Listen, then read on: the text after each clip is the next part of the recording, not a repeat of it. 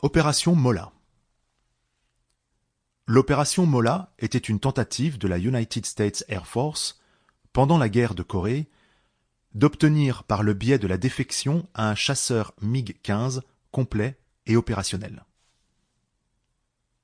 Les forces communistes introduisirent le MiG-15 en Corée le 1er novembre 1950.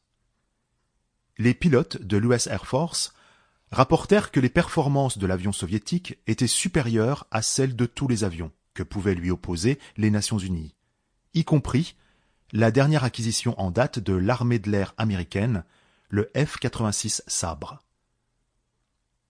L'opération avait comme objectif d'influencer les pilotes communistes pour les pousser à faire défection vers la Corée du Sud avec un MiG, en échange d'une substantielle récompense financière. Le succès de l'opération reste assez discutable, car aucun pilote communiste ne déserta avant la signature de l'armistice de Panmunjeom le 27 juillet 1953.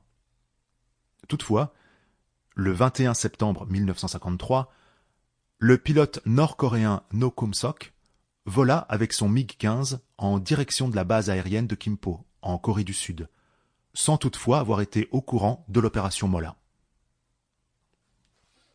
Contexte. L'apparition du chasseur soviétique MiG-15 au-dessus de la péninsule coréenne, en novembre 1950, fut initialement décrite comme ayant placé les avions des Nations Unies dans une position délicate, en particulier le F-86 de l'United States Air Force.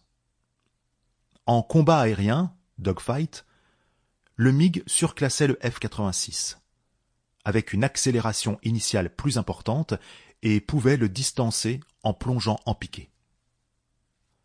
L'avion soviétique était également plus manœuvrable, au-dessus de 10 000 mètres, mais le F-86 était plus agile en dessous de cette altitude.